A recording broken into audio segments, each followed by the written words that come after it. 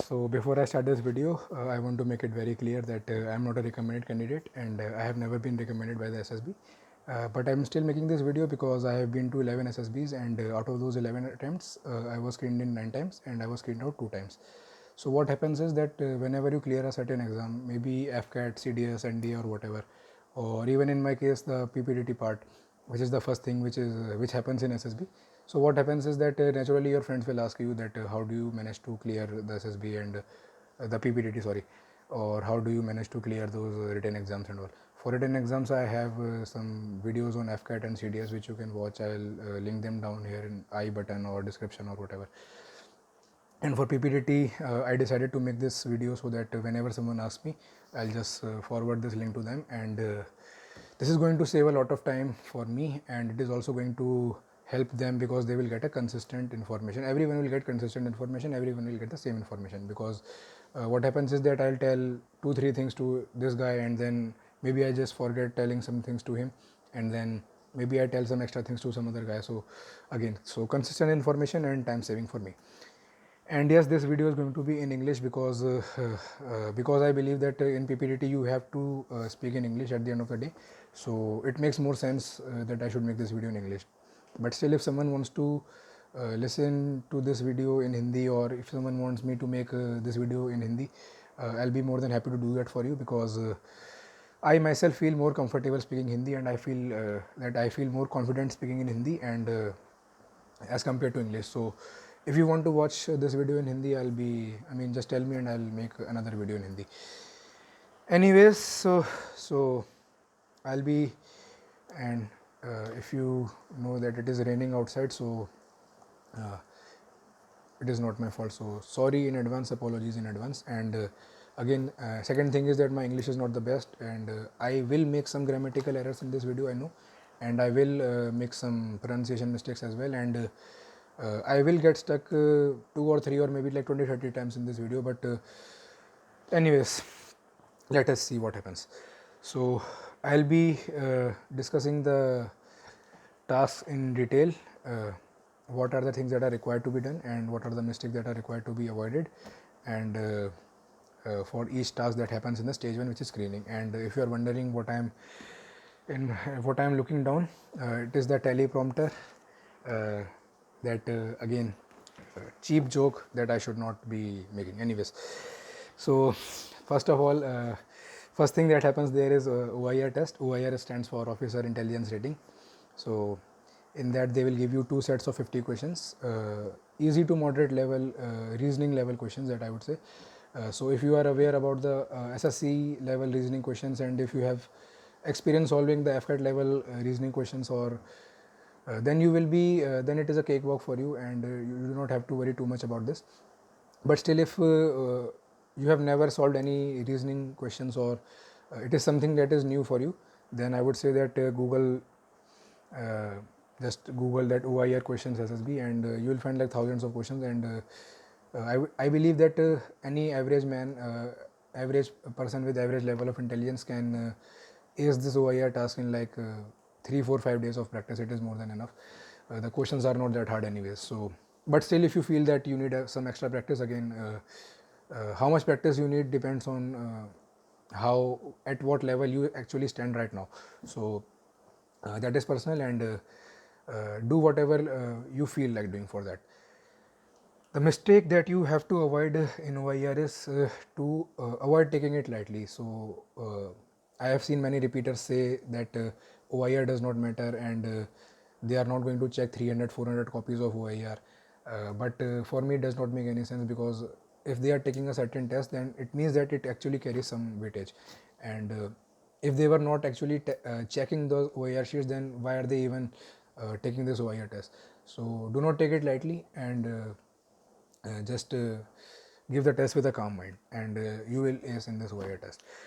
So now let us move on to the more important part, which is the PPDT part. And the PPDT part can be divided into 3 things: the picture perception part, in which you have to see the picture, perceive the picture, and then write a story around it.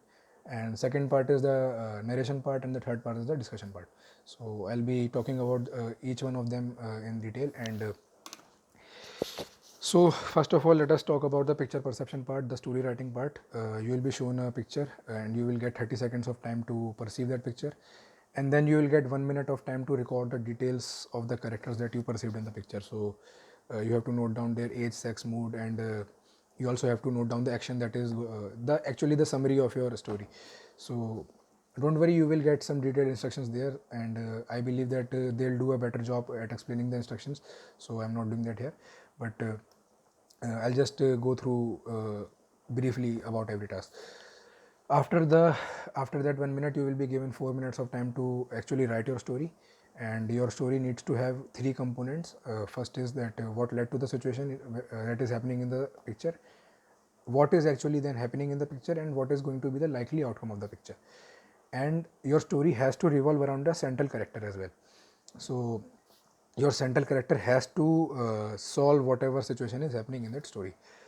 So the mistake that I made in the first time that I was screened out was that the central character was not actually solving the situation that was happening in the story.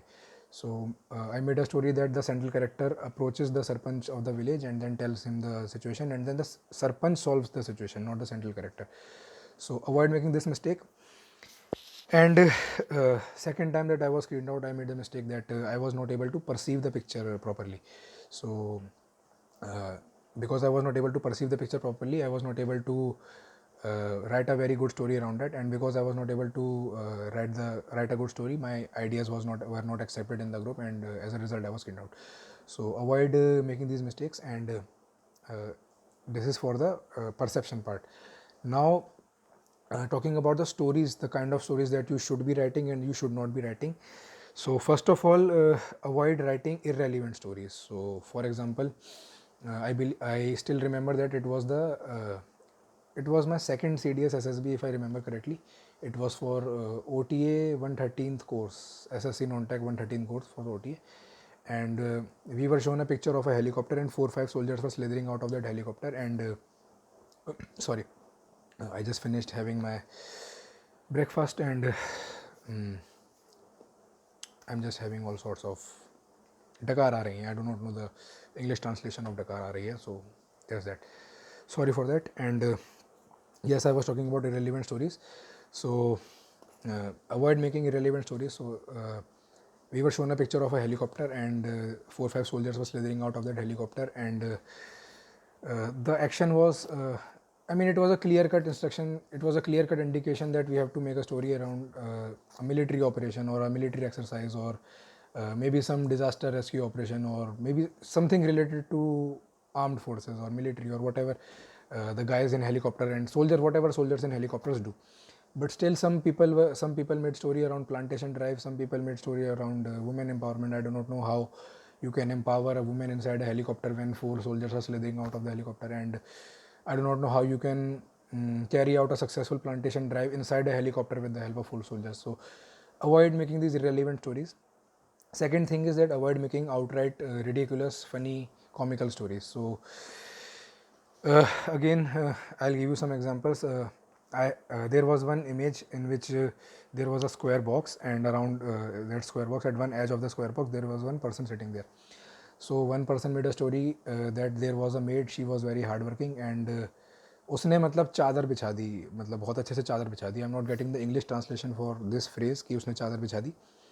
And the owner was very much satisfied with the maid's performance, and then he raised her salary. So again, this story was laughable at best in my opinion. Second story that I believe that falls in this category was some guy made a story that 4 people were playing, 4 friends were playing cards, and one of them was losing. So what happens is that he remembers the dialogue from Sher Shah movie, and then he gets motivated, and then he defeats everyone in the card game. And then in order to like prove his mardangi or metal, or to prove whatever, I don't know what he wanted to prove, then the character joins the army and then wins the PVC chakra and whatever. So again, this story is very laughable at best. How many times in practical life, like how many times that happens that you are playing cards and then suddenly you remember the dialogue of a movie, and then you start winning the card game, and then you eventually join the army and win the Paramveer Chakra. So avoid making such stories. I mean, I don't know what to say about these stories. Third thing is that avoid making impractical stories. And so the examples of such stories would be that some guy who lives in extreme poverty, he then one day just gets motivation out of nowhere, and then he becomes an IAS officer, IPS officer, or whatever. So these stories are very much, I mean, they are not practical at all. Such things do not happen in real life. So avoid making these impractical stories. So the fourth kind of story that you should avoid making is that there should not be unnecessary negative emotions in your story. So I mean, if the picture is clearly indicating a negative emotion, then yes, there are going to be certain negative thoughts in your story, and then the central character needs to convert those negative thoughts into a positive outcome or whatever. But I remember a story. It was from my first FCAT SSB, if I remember correctly. That guy made a story. The picture was like there was a mountain range, and river was flowing through it, and a guy was kind of like drowning in that river. So he made a very depressing story, and suicide was also involved in his story, and a lot of people. He just killed like 10-20 people in his story out of nowhere. So he made a story that there is a Dalit woman, and she is like humiliated and harassed in her society, and everyone takes advantage of her. So what happens, I mean, out of nowhere one day her parents take a divorce, and then they both die. Her mother dies and her father also dies after the divorce, and then what happens is that her husband also gives her a divorce, and then her husband also dies, and then her child also dies. So everyone around her dies, or maybe just takes a divorce and dies. And then what happens is that she attempts suicide by jumping into the river, and then a man comes and saves her, and then the man listens to her story and then marries her, and then they have a child, and then she motivates that child to become an IPS officer in future. So uh, uh, there are a lot of things wrong with the story. I mean, I actually felt sad for the person who wrote the story, because I believe there were some deep rooted something was wrong inside his head. So I actually felt pity for him, that he has such suicidal thoughts and some depression and whatever. So that is a topic for some other video, but avoid making such stories. So the 4 stories that you should avoid making are that: avoid making impractical stories, avoid making irrelevant stories, avoid making outright comical stories, and avoid making such depression related stories, or just avoid these stories. So but there is one tip that I would like to give you for ppdt, that instead of practicing stories, or instead of seeing different people's stories on the internet and then copying those stories, I believe that you should seek real life experiences. So what happens is that, for example, let us say you are some guy who just likes to sit inside his house, and you do not like to go out with your friends, or you do not like to just go out in general. So what happens is that your vision is limited, your thinking level is limited. You cannot imagine new stories, you cannot get new ideas, and even if you can get new ideas, you won't be able to relate to other people's ideas that well, so which is going to affect your discussion. So for example, let us say they show you a picture in which there is a tree, and 4 or 5 people are gathered around the tree. So if you are someone who lacks real life experiences, you have no idea that what happens when 4 or 5 people gather around a tree. On the other hand, when someone who has some real life experiences, he can write a story around that around this picture, maybe on maybe he can make a story around a panchayat scene, or maybe he can write a story around an NGO who is teaching the elderly of a village. So there is that. And second thing is that let us say you cram a lot of stories, and now you have like 5, 6, 7, 8 different stories ready for each possible picture that can ever come in ppdts. So what will happen is that even if you write a good story, and even if you narrate it well, what will happen is that in the discussion part, when other people will come up with different ideas, what will happen is that you won't be too much receptive of their ideas. Your scope of thinking would be very limited, and your vision would be very narrow, and you won't be able to relate to original ideas, newer ideas, because you have never read about those stories earlier. So your vision is limited to the stories, 5, 6 stories that you have actually read, and outside of that you won't be able to relate to other people's stories, and which is going to negatively affect your discussion, and as a result you can get screened out. So avoid doing that. So these are the 5 things that again I would like to summarize again. So 5 things for ppdt would be: avoid making irrelevant stories, avoid making impractical stories, avoid making outright comical stories, and avoid making these depression like stories. And what you have to do is that seek real life experiences as much as you can. But still, if you want some examples of good stories, then I would say that in that mountain picture that I just discussed, you can make a story around that someone was drowning, and the central character comes and then saves that person who was drowning, and then just gives him medical attention and whatever. Or around that helicopter picture, what you can do is that you can make a story that XYZ was a captain in army, and his commanding officer gave him the task that you have to carry out this military exercise, or you have to carry out this military operation, and then he just leads that operation successfully and then kills terrorists or whatever. Or if it is around if the story is around disaster rescue, then he along with his team saves a bunch of people. So there is that. OIR is complete, picture perception, story writing is complete. Now let us come to the narration part. The narration part, I believe that it should be in English as much as you can. They say that you can speak in Hindi at some point if you get stuck, but I have never seen a person getting screened in after speaking Hindi. So again, this is just an observation. Again, this is just some anecdotal evidence that I am putting forward.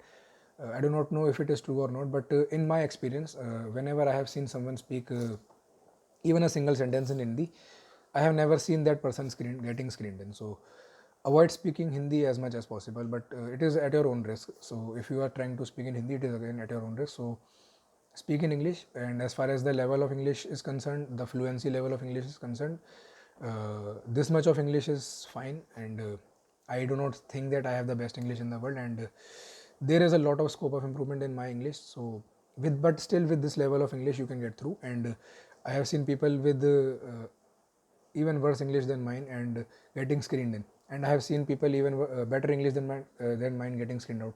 So the level of English does not matter much. The thing is that you should be able to put forward your points in a clear way.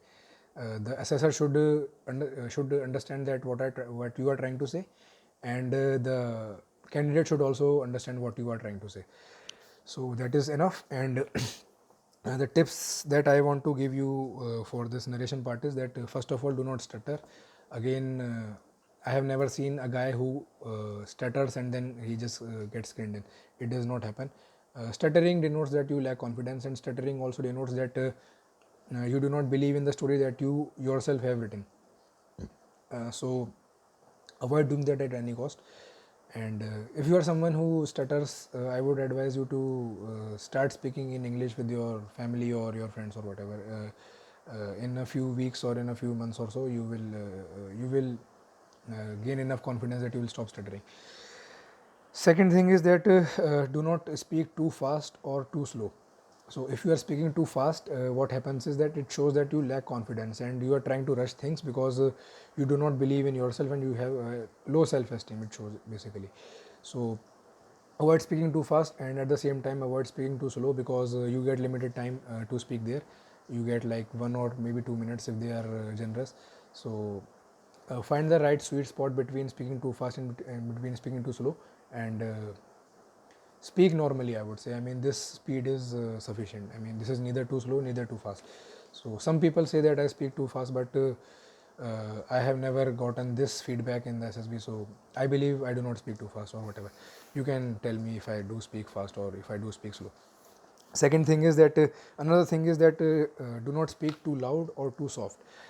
If you speak too loud, again, it shows that you are insecure about your ideas and you believe that shouting or speaking in a loud voice will make up for the lack of quality of your point. So this just shows some that you are insecure about your own ideas. So avoid speaking too loud, and also avoid speaking too softly, because if you speak too softly, assessor won't be able to listen to your story, and even if the assessors listen to your story, the other candidates won't be able to listen to your story. And even if your story is very good, but if other people are not able to listen to your story, what will happen is that in the discussion part they won't be able to support your points, or they won't be able to like agree or disagree or whatever they do with your points, because they have no idea what you spoke in your story. So there is that. So narration part can be summarized in that: do not stutter, do not speak in Hindi, do not speak either too fast or too slow, and do not speak either too loud or too softly. So this ends the narration part. So now we are now the discussion part is remaining. Now let us come to the discussion part. Discussion part, in my opinion, is the most confusing part and the most controversial part, because in my experience, in my own personal experience, I have gotten screened in remaining quiet throughout the discussion. I have gotten screened in actively participating, normally participating in the discussion, and I have gotten screened in even after dominating a discussion. So there is that. And I have seen people getting screened out for all these three very same reasons. I have seen people getting screened out because they were quiet. I have seen people screened out even after a normal discussion, and I have seen people getting screened out even after dominating the discussion. So I'll try to explain what are the things that you have to I will try to explain the reasons behind them. And so if you are like in my opinion, if you stay quiet throughout a discussion and you still get screened in, so the reasoning behind that can be that there was a fish market situation in your discussion, and you could not do anything to avoid that. So in that scenario, it is better to stay quiet, because if no one is listening to your point and you are still trying to put forward a point, even if no one is listening, then there is no point in carrying on the discussion, because eventually you won't be able to put forward a point in a clear manner, and the assessor won't be able to actually listen to what you are actually trying to say. So again, sometimes this situation is unavoidable, so it is better to stay quiet. And whenever I remember that whenever I have gotten screened in because of when I was staying quiet, it has happened because of the very same reason, that the discussion was not heading anywhere, and it was turning into a fish market situation. So I decided to stay quiet, and I got screened in like 2-3 times like this. And do not stay quiet. I mean, see, if you are staying quiet and you are getting screened out, then the reasoning behind that can be that you had no valid points to speak. Even if you were getting chance to speak, you still did not speak. It shows that you are either shy, or you do not have valid points or relevant points to speak into a discussion. So there is the reason for that. So again, if you get screened in by staying quiet, I have explained that scene, and if you get screened out staying quiet, again I have explained that scene as well. As far as normal discussion is concerned, again, I don't believe that I have to explain it any further. If you are in a normal discussion scenario, then if you have valid points and your narration was good and your OIR was good and your story had some weight in it, so you will get screened in. And even after normal discussion, if you think that you get screened out, and the reason can be that either your OIR was bad, or narration was bad, or maybe your overall that performance was bad. And now let us come on to the domination part. So if you get screened in even after like dominating the discussion, then the reasoning behind that can be that no one else was speaking in your group. So it has happened to me in my first FCAT SSB, like no one in the group was speaking, but still you have to come to a common story na? So the only person who was speaking was me and one other guy. So it was kind of a dominating situation. We two were speaking, but no one was actively participating in the group. So someone had to make the story. So there's that. Second reason that you can get screened in even after dominating the discussion is that the group was heading to a very illogical story. So you interrupted them, and then you tried to like persuade them towards a more logical story. So this has happened me once. I remember that the group was going with a story that they'll make a story around some guy clearing that exam. Even he was a poor guy, and then one day he just finds motivation, and then he just clears the exam. And sorry, I just finished eating, so डकार आ रही हैं 2-4. But anyways, So, so if your group is heading towards a stupid story, so it is logical to interrupt them, and it is logical to, in my opinion, it is logical to uh, persuade your group towards a more logical story. So there's that. So, and if you are getting screened out by dominating the group, then the reason can be that number one, you are repeating the same points over and over again. I have seen this thing many times in almost all the SSBs that I have gone through, that people have like only one or two valid points to speak, and then they just keep on speaking the same points over and over again. Whenever they get chance, they just speak those same points, and even if they're not getting any chance, they just interrupt someone and then they just speak that same point over and over again. Second reasoning is that yes, another thing is that it irritates me to, I mean, it irritates me a lot that when someone comes, someone in the discussion interrupts you that I want to add something to chess number XYZ's point, and then they repeat the entire point again, which they had spoken just a few minutes earlier. So let us say I am speaking something and then he will interrupt me and then he'll just add his point. So this is not a very good example. In my experience, I have never seen anyone getting screened in with this kind of approach. Third thing is that not letting anyone else speak. So again, I have seen this many times that even if other people in the group are trying to put forward their points, people are some people, they just do not want to listen to your points, and they just keep on interrupting you, and they just keep on saying no, no, listen to my point, listen to my point. And these are the three reasons that you can get screened out after dominating the group. So I believe I have basically explained everything that I needed to explain in this screened out versus screened in scenario in these three ways. I don't know how to put forward it.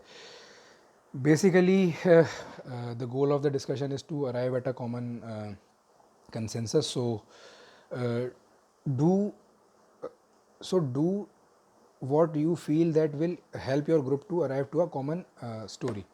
So even if it means that staying quiet, even if it means dominating the group, or even if it means that having a normal or a healthy discussion, so whatever takes whatever you can do to help your group, not help you as an individual, but help your group to come to a common conclusion, this is what you have to do.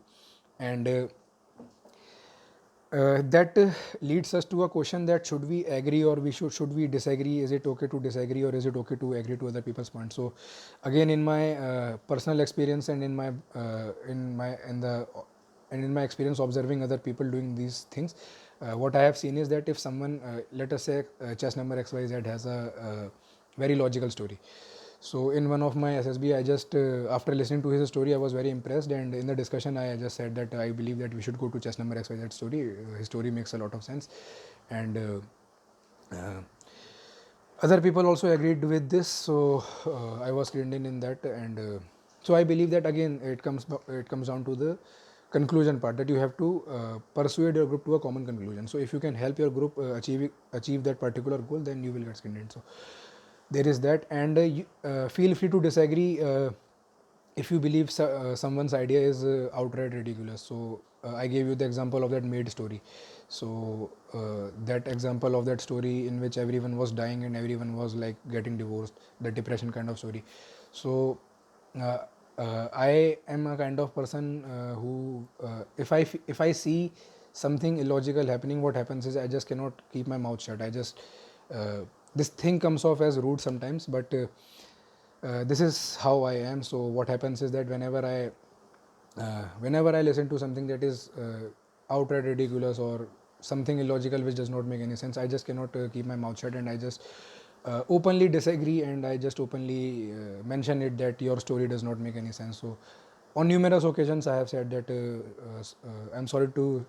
I'm sorry chess numbers XYZ, but your story does not make any sense, so I don't think that we should go ahead with your points. So but still I got screened in. So I believe that again it comes down to the conclusion part, that you have to lead or you have to persuade your group to a common logical solution. So again, whatever you believe is required to achieve this goal of common logical story, feel free to do that, even if it means staying quiet, even if it means being rude, even if it means agreeing to someone else's story and then basically just simping for that other guy, that okay, I love your story and whatever. So there's a discussion part. Now we'll discuss some commonly asked questions and some misconceptions. All right, so let us clear some common misconceptions and some common questions that are usually in the minds of people. So the first question that comes up is that are freshers treated differently from repeaters? So for that I would say that see, if you are a fresher, you are a fresher, and if you are a repeater, you are a repeater. You cannot change that. So even if they treat them differently, then you cannot do anything about it, right? So you better focus on the things that are under your control. So the things that are under your control is solving the OER questions correctly, giving a good narration, and writing a good story, and then actively participating in the discussion. So focus on these three things, and regardless of whether you are a repeater or whether you are a fresher, or regardless of the fact that they treat freshers or repeaters differently, you will get screened in. You will increase the chances of getting screened. I cannot guarantee that you will get screened after following this video, but you will increase the chances of you getting screened. And another thing that I want to say is that I am not a part of selection process, and you are also not a part of the selection process. So you are not an assessor, I am not an assessor. So even if they treat freshers or repeaters differently, it is none of our business, and you never know. I mean, even if they do treat them differently, but in my opinion they do not. It is I mean, it is natural that from a repeater they will expect more, that if you are coming back again and again, so they expect certain level of improvement inside you. But still, even if they treat differently, there is nothing that you can do about it. So better focus on the things that are under your control.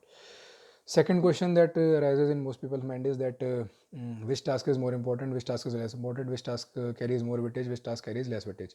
So in my opinion, the result of you getting screened out or screened in depends on your overall performance in the stage 1 process. So you cannot blame you cannot blame your result on a particular task, that I got screened out because of that, or I got screened in because of that. In my opinion, it is a overall report, that is overall report of all the 4 tasks that matters more. So but yes, I believe that if you feel that your OIR went well, your narration went well, and you wrote a good story, then but then you made a very obvious mistake in the discussion part, that you did not allow others to speak, or you were putting forward illogical points, then yes, then you can blame your result on a particular task. But overall, it is the overall performance that matters. So do not worry about that much.